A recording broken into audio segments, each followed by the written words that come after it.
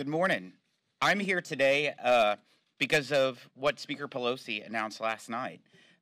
She announced to the world what we already know, is that she put herself in a box, that the legislative crisis that's before her is one by her own creation, that she needs the progressives to bail her out of this situation of this week.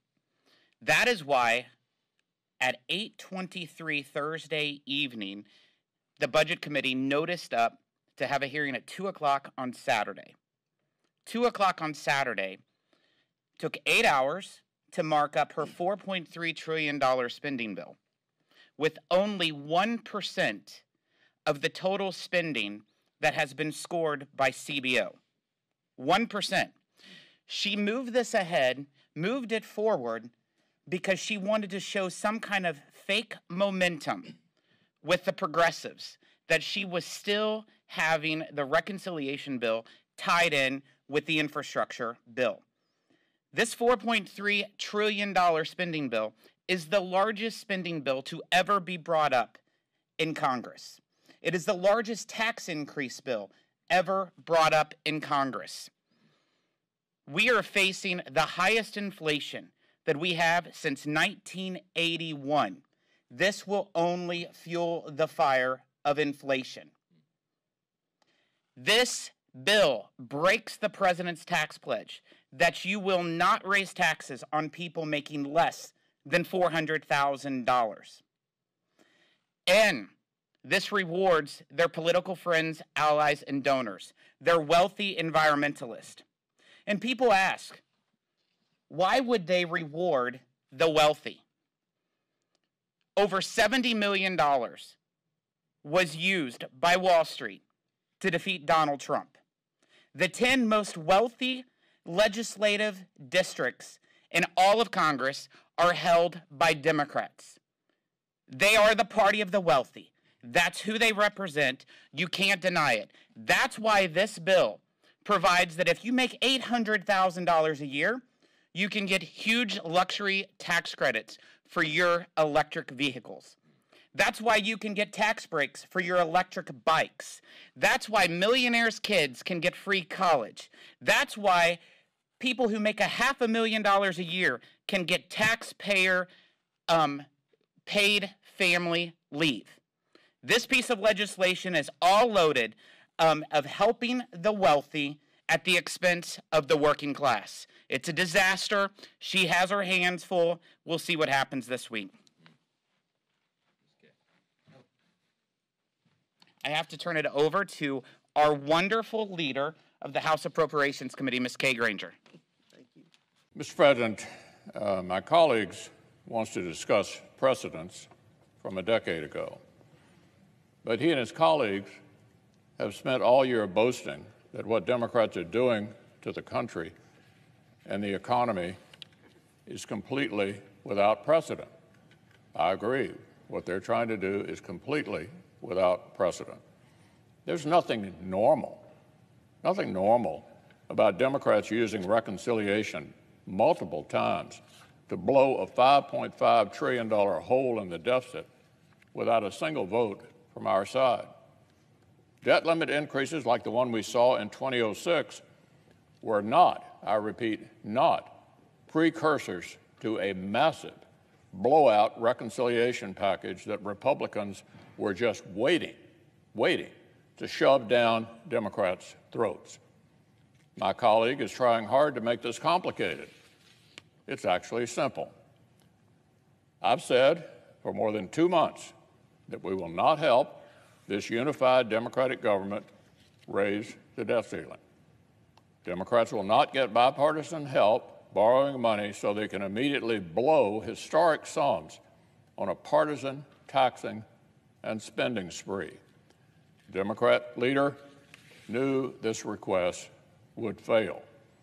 There is no chance the Republican conference will go out of our way to help Democrats conserve their time and energy so they can resume ramming through partisan socialism as fast as possible. This Democratic government has spent months boasting about the radical transformation they're ramming through. They're proud of it. They have no standing whatsoever to ask 50 Republican senators to make the process more convenient. When the Democratic leader was recently in the minority, he made us file cloture on matters that weren't 1/10 this controversial. We had to invoke cloture on nominees who went on to be confirmed with literally 0 votes in opposition. But now, the Democratic leader wants us to skip that step on something this controversial? This controversial? Of course, that's not going to happen. All year long, Democrats have wanted to control government spending all on their own. They wanted to be in the position they're in right now. They requested from the parliamentarian and won extra flexibility to redo reconciliation. So if Democrats want to use fast-track party line processes to spend trillions of dollars and transform the country, they'll have to use the same tool to raise the debt ceiling. Now, here's what Republicans will do. For the sake of the full faith and credit of our country, I'm about to propose a different consent, one that will allow Democrats to start the budget process they will need to use to raise the debt ceiling. Our Democratic colleagues will need to do this alone, but I'll propose an agreement to ensure the process can begin as soon as Democrats accept that this is the path they need to take. Therefore, Mr. President, I ask the Senate to modify the request that has been made by the majority leader so that in lieu of this proposal, if the Budget Committee reports out a 304 budget resolution with instructions to raise the debt limit or is discharged from consideration of such resolution, the Senate proceed to its immediate consideration.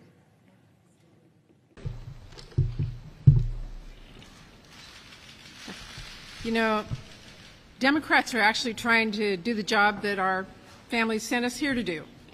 And we are giving Republicans one more chance to decide whether they want to join us or to keep prioritizing political games, even at the expense of our economy, even if it costs people jobs, even if it undermines the financial security of everyone in the country. Look, people send us here to fight for them. They want us to work to make things better. They want us to make health care and child care and a quality education easier to get. They want to make sure they can get a job with a fair paycheck and a safe workplace and a secure retirement. They want us to make sure that the roads and the bridges are safe and to make sure the trains and ferries run on time, to make sure they have a roof over their head. They want us to provide a fair path to citizenship for immigrants in the country, and they want us to support the Afghan families and refugees seeking a brighter future here. They want us to respond to crises like pandemics and hurricanes and economic disasters and climate change with bold action. That is not a political agenda. That's the job. That's the basics. That's the marching orders the Senate got loud and clear from families across the country in the last election. Now, no one expects everyone to agree all the time, but at the end of the day, people do expect us to try and make progress and get things done and not stand in the way. Between the work Democrats have been doing to pass the Build Back Better plan and the work we are doing to avoid a shutdown and a default and Republican-caused economic catastrophe, I think the record right now shows pretty clearly which party is here to fight for our economy, for our workers, for our families, and not just here to score political points. Which party is here trying to solve the problem, which is trying to cause the problems. Republicans have one more chance. We are going to have a unanimous consent request here shortly where they will have to decide whether they are truly unwilling to lift a finger to help families and avoid an economic disaster. I hope that's not the case, but if it is, Democrats are not going to give up. We're just going to keep working harder. Our nation cannot afford inaction. Thank you.